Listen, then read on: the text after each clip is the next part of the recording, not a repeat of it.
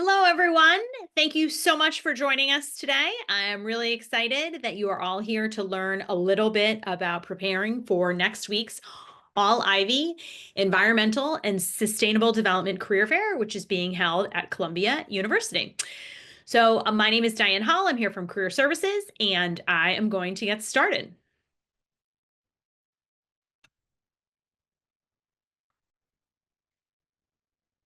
Okay, so welcome everyone.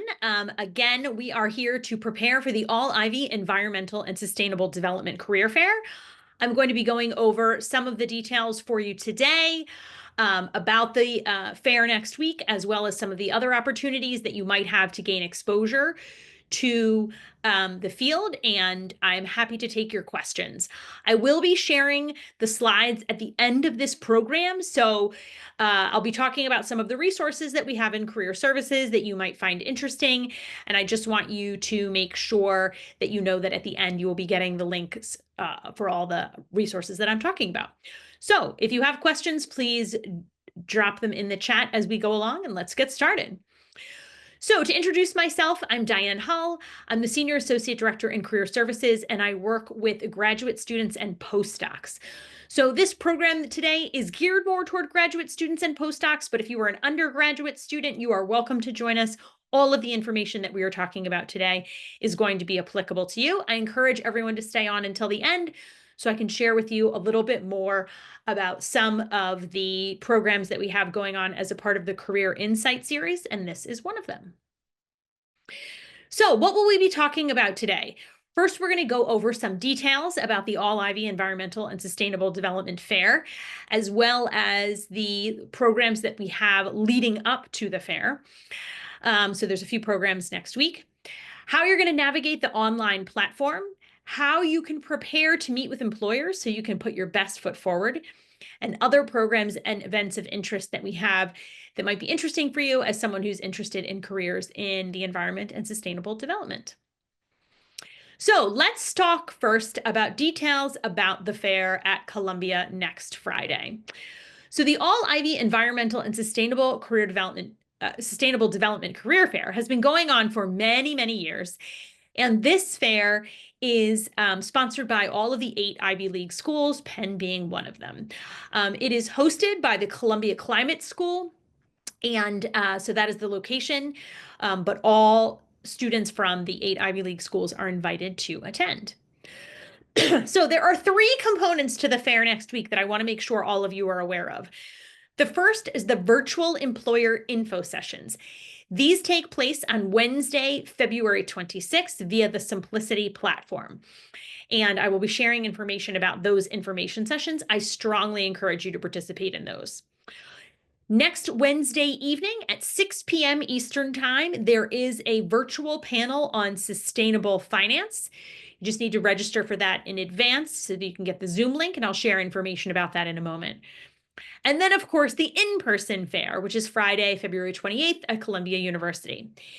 If you registered for the fair and confirmed your attendance prior to Tuesday of this week, you should have received the student guide via email. If you perhaps registered with the Simplicity platform and did not register for the fair, you would not have received this, and I'll go over some instructions on how you can do that. Because you definitely want to get the student guide. It's going to share more information about all 3 of these events next week.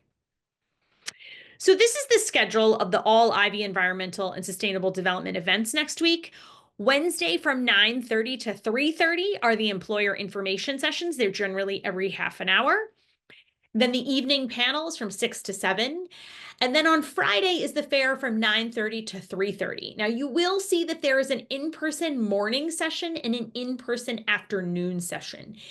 As a Penn student, you are welcome to attend both of these sessions. The reason that they break it into 2 is because there are so many students from Columbia that come. Columbia students need to choose if they want to attend in the morning or the afternoon. And I'll go over some of the details of that in a moment. But Penn students are welcome to attend the fair all day.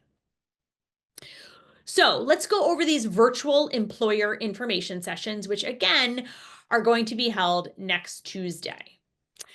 So the virtual sessions will be held from 9:30 to 4. Some of the sessions will occur within the Simplicity platform. Many of them will occur through external links. Some of the employers who are participating in the virtual employer info sessions will also be at the fair on Friday. Either way, these are a great opportunity for you to prepare for the in-person fair on Friday. This is a screenshot from the Simplicity platform where you can see some of the employers who are participating. You'll see Coffee Watch, Climate Analytics, ACT Group, New York City Department of Buildings, Alaska Fellows, New York Department of Design and Construction, Aurora Energy Network, Dimension Energy, New Jersey Department of Environmental Protection, Public Interest Network, New York City Economic Development Corporation. Those are just a few of the employers who are participating. Again, these are 30-minute information sessions. You can see on this screen here, some of these are taking place via Google Meet, others are taking place via Zoom. It just depends what the employer wants to do. Others will take place within the Simplicity platform. These are a great opportunity, low pressure, for you to listen in and learn a little bit more about what opportunities these organizations might have. And so I strongly recommend that you attend any of these that seem interesting. It's just a really low pressure way for you to learn a little bit more. So the panel is at 6 o'clock on sustainable finance, unlocking emerging markets.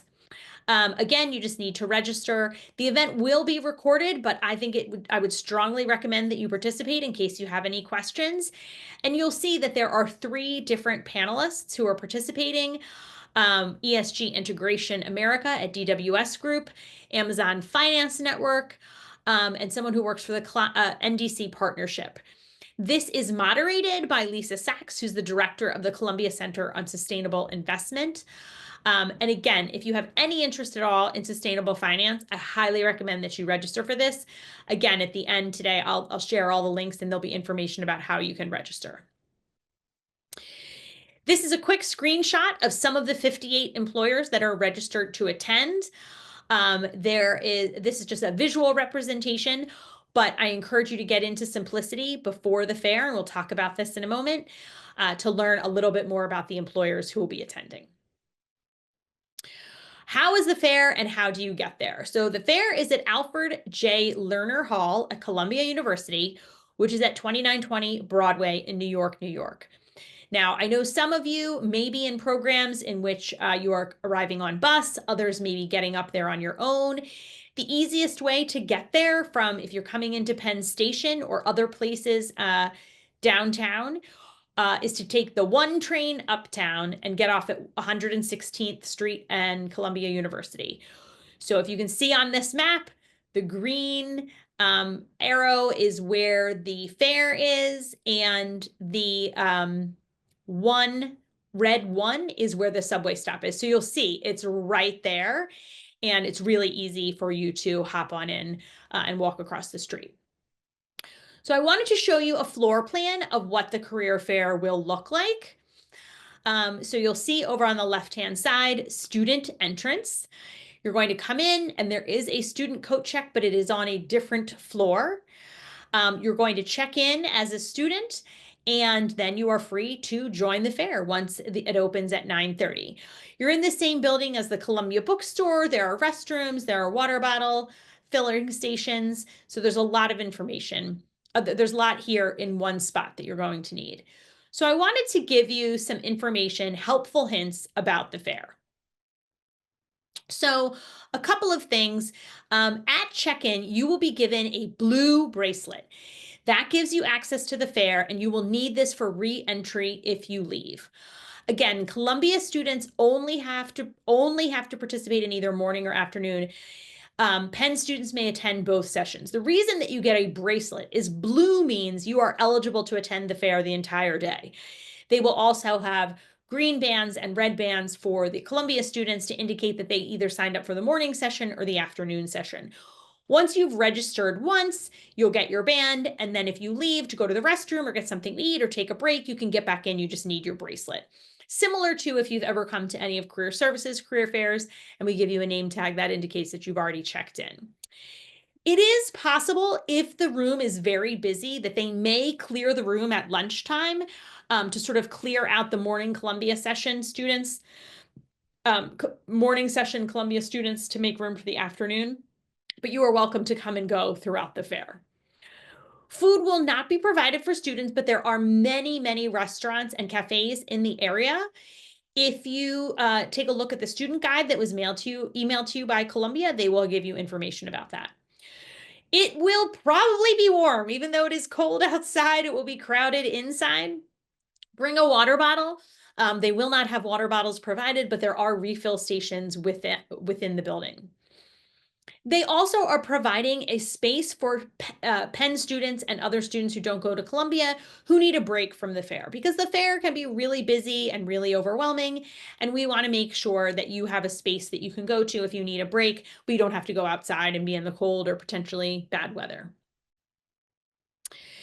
So a couple of things that I want you to do prior to the fair in the Simplicity system. So again, if you haven't registered for the fair, you really need to do so. And I'm going to give you some instructions on how you can register for the fair, because it's possible that some of you registered for the Simplicity system, but then didn't follow through to register for the actual fair, which you do need to do. If you have not registered for the fair, it is not too late. You can absolutely register for the fair through this Friday. But you do want to make sure that you register. Upload your resume to be shared with employers. Some employers may look at these resumes in advance of the fair. Some of them may look at them after the fair, but you definitely want to make sure that your resume is in there. And you want to spend time reviewing the list of employers for both the virtual and in-person options. So I just really quickly want to go over the student registration instructions for those of you that may not have done that yet. So let me go through this. So the step one is to access the registration page and navigate to the All Ivy website. And what you're doing is you're needing to register with Simplicity. If you potentially attended the fair last year and already have a Simplicity account, you can log in and register right away. However, if you've never participated before and you don't have a Simplicity account, which why would you? Because Penn uses Handshake, you would go ahead and click the sign up button. Go ahead, enter your information. It is very crucial that you use a UPenn email address. If you use any email address other than UPenn, your registration will not be approved. Because again, registration is only limited to students and alumni of the 8 Ivy League institutions. And so using your email address and then confirming your email address confirms that you are indeed a registered student at one of these schools. So once you register, your account will then need to be verified and approved. And again, they're verifying that you're using a UPenn email address. You will get an email confirming that. So once you get an email confirming that, you click on that to confirm your account. Now you're all set to actually register for the fair. And so once you're signed in, and if you're already on the All Ivy Career Fair page, there is this blue button on the right-hand side that says attend, and you need to click that in order to be given the student guide and to complete your registration. So that actually registers you for the fair as opposed to just registering you for the Simplicity system. Then if you would like to upload your resume, you go to the upper right-hand corner, click on the circle with your initials. In my case, it would be DH, and click on the My Documents. Click on Add New, and then you can label it. I would strongly recommend that you label your resume with your first and last name. Don't make it something complicated. Someone asked a question in the chat. If I got the student guide, is that a confirmation of my successful registration? And the answer to that is yes. So good job. You should be all set. Okay, so let's talk a little bit about preparing to meet with employers next Friday at Columbia. So expect the fair to be hot, to be crowded, and to be very overwhelming. So keeping that in mind, I think it's really important that you work to set reasonable goals and reasonable expectations, because it is a long day to travel up to New York, no matter how you're getting there. And you really want to be able to make the most of your time so that when you return, you feel like, okay, that was worthwhile. So knowing that it's going to be hot, crowded, and overwhelming, what can you do to prepare? So first of all is set reasonable goals and expectations. And this is really, really important. Career fair attendees rarely, if ever, leave a career fair with any kind of offer. And so, as you think a little bit about how you want to approach the career fair, if you're approaching the career fair thinking, I'm going to get an internship offer, or I'm going to get a meeting that's going to lead to an offer, you may be very disappointed because that does not often happen, again, if ever, at a career fair. Employers come to a career fair because they want to get the word out about their organization, about opportunities that they might have. They don't necessarily go to a career fair looking for people to hire. It may lead into that eventually, but they go with a little bit of a different mindset. Some employers may not even have any open opportunities at the moment. It's February. That could change next week. That could change next month. Or they may have opportunities that you're either not interested in or you're not qualified for. And so, again, think about going to the fair with the goal of meeting as many employers as possible so that you can learn as much as possible.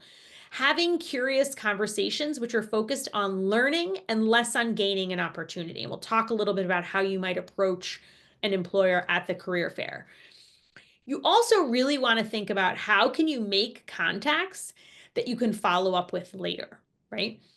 So again, focus on information gathering, focus on gaining contacts, take the emphasis away from getting an offer or expecting that's going to happen. So what are some things that you can do before the fair? The first is have your resume reviewed by Career Services. If you have not had a resume review yet, I strongly recommend that you do. I will drop the link in the chat at the end of this time together today so that you can see the handshake link in order to request an appointment. I would strongly recommend that you also update your LinkedIn profile.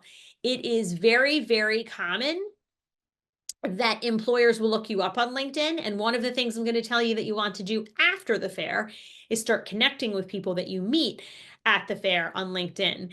And so if you're going to be doing that, you really want to have an excellent LinkedIn profile. And I'll share some links that can help you with that. Spend time going through the list of the employers, right? So again, knowing it's hot, it's crowded, it's overwhelming. Think about if there's 58 employers that are there, who are the top ones that you know you want to meet with? So if you go through the fair and you see a long line, you might think, oh, that's one of my top 5. That's a line worth waiting in. Maybe it's not in your top 5, and you might think, I'm going to come back later. If I don't talk to that employer, that's okay. Spend time going through the list of employers ahead of time and seeing if you can identify, do they have any opportunities posted? If they have something posted, asking a question about that is helpful. If you approach an employer and you say, can you tell me what internships you have? They often don't really like that question because you probably could go find that information on your own, right, ahead of time. And so you're trying to gain other kinds of information that you couldn't find on your own. Research the employers that you want to visit at the fair and prepare your questions ahead of time. That's going to really be key. When you get to the fair, many employers will have long lines. When you get up to the front of the line, you may only have a few minutes to chat with them. And so you really want to be prepared and know what kinds of questions you're asking. So what kind of resources might we have in Career Services to help you prep your resume in advance? So a couple of things that we have a guide for undergrads, we have templates for master's students, and what I'm showing you right here is actually a template of a Master of Environmental Studies student. These are all accessible on our website. But again, I would highly recommend that you schedule a resume review on Handshake. I mentioned updating your LinkedIn profile prior to the fair. Here are some things that I might check out in order to, if you either don't have a LinkedIn profile or if you really want to make the most of yours.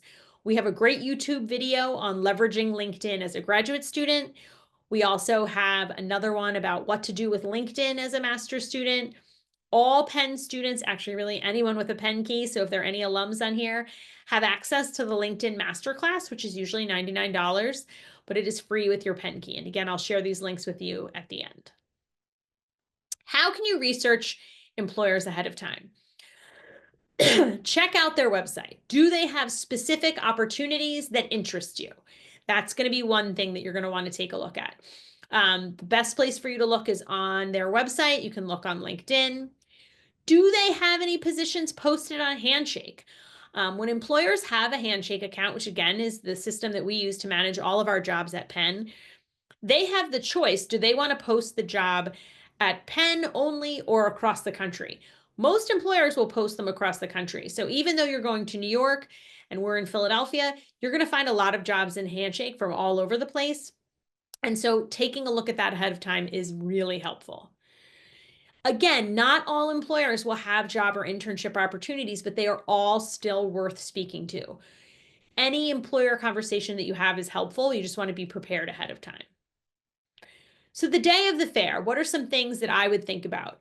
One is to bring paper copies of your resume, a folder, and a pen, right? So that when you're walking around the fair, you're going to look a little more professional walking around holding a folder than if you're trying to juggle a bunch of pieces of paper.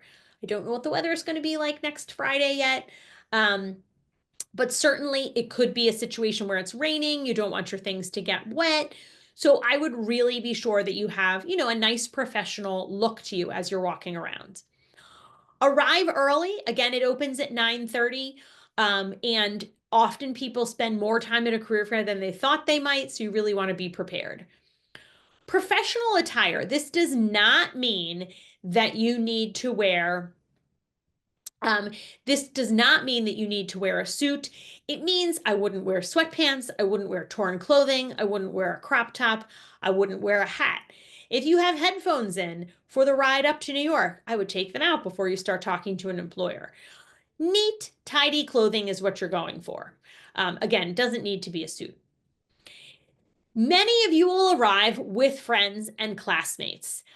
And that can be great because you are walking into this busy room and you're really feeling like you are overwhelmed and you're not sure where to go. And there's a lot of comfort in walking around with people that you know.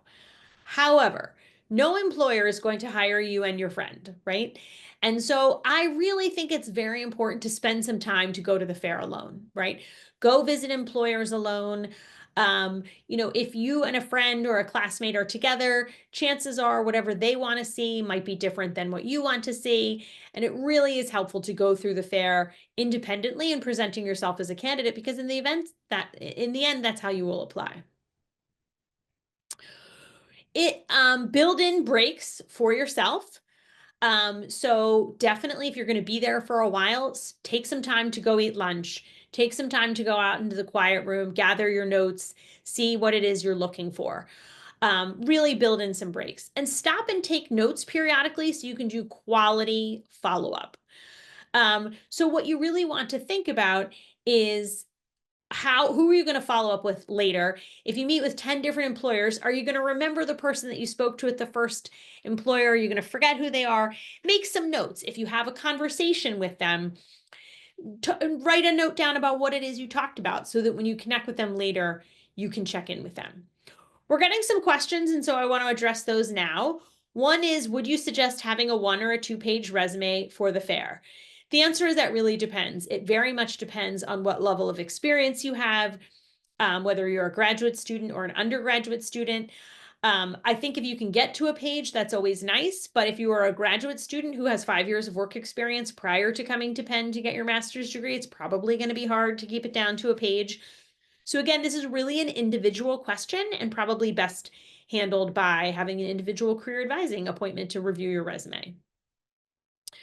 Someone else asked the question, some opportunities can be found on Handshake, but it is not showed on the company website. Why would that happen? Can we apply for that type of job? Why would that happen? You'd have to ask the employer that. Why a job is being posted on Handshake and not being posted on their website. The employer would best be able to answer that. They choose where they want to post their jobs. Can you apply for a job that's only posted on Handshake? Absolutely. Of course you can. You want to follow the instructions that they give you for how to apply. So some employers will want you to apply directly through Handshake. Other employers will want you to go into their internal system that they have for managing jobs. It really depends. But in terms of why it would show up in one place or the other, that's really kind of at their discretion. If they're only posting on Handshake, it could be possible they only want certain schools to see it. We don't really know, but that's a great question. Okay, how you can connect with employers at the fair. First and foremost, prepare an introduction about you, right? So think a little bit about how you're going to introduce yourself. You're going to reach out, you're going to shake hands, and you're going to say, "Hi, I'm Diane Hull.